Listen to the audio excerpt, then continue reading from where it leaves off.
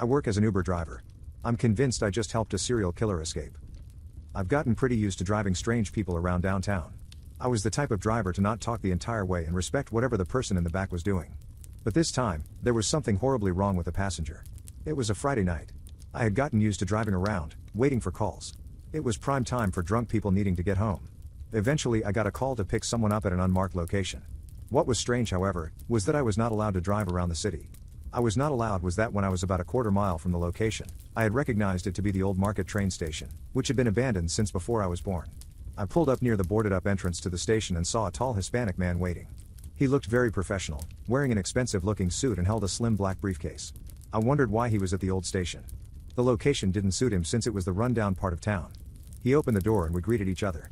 He spoke in a strict but rather kind and assuring voice. I took off and asked him where he would like to go, which completely caught me off guard. I didn't really know how to respond, so I just peeped out a quick, "Ha." His face remained straight. All seriousness, "Man, where do you want to go?" I asked. "You'll know sooner or later." I assumed he was drunk, but his voice and tone were completely perfect. "I'll just take you McDonald's, buddy." He didn't reply. "I'll take that as a yes," I said awkwardly. We were almost at the restaurant. All I had to do was take a left. What the? I instinctively turned the opposite direction. It was like someone was controlling my mind. I tried making a U-turn, but I just couldn't. Just kept quiet. What the heck is happening?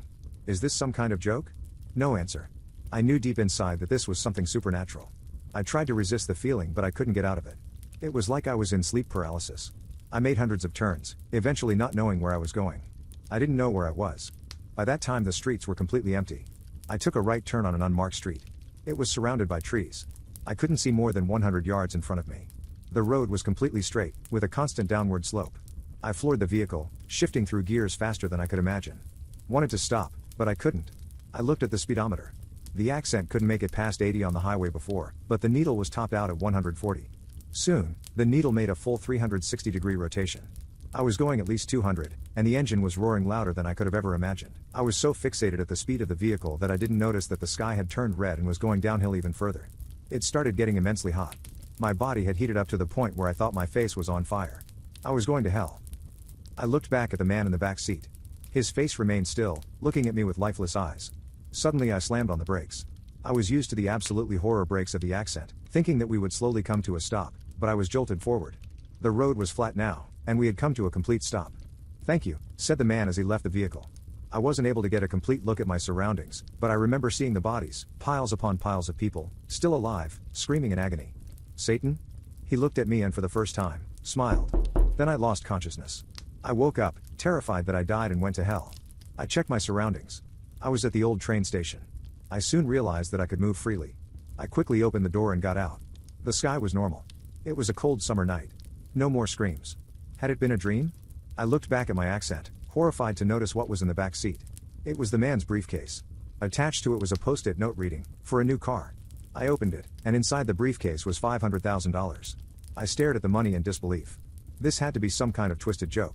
I looked around frantically, expecting the man to jump out at any moment and take it all back. But the train station remained still. My hands shook as I closed the briefcase. I had to get out of here. I jumped in the driver's seat and turned the key. The engine sputtered but didn't start. I tried again and again, panic rising in my chest. Suddenly, a loud bang made me jump. I looked up to see the man outside my window, smiling calmly. He knocked on the glass. "Pop the hood for me, would you?" he asked politely. I hesitated. Then pulled the hood release. The man opened it and fiddled with something. In a moment he stepped back and motioned for me to try the car again. The engine turned over smoothly. The man leaned down to my open window. "She should run like new now. I took care of the problem," he said. "I'll be seeing you again very soon." With that, he turned and walked away into the darkness. I threw the car in gear and sped off, glancing repeatedly in the rearview mirror. Just before I turned onto the main road, I looked back one last time. The man was gone. In his place stood a tall horned figure with glowing red eyes. It raised a clawed hand in farewell. I drove through the night. As I drove near me home, I looked at the mirror inside my car. Inside was the man. This time his face was distorted. Eyes black. My heart froze. "There's someone you need to meet," he said. The car crashed.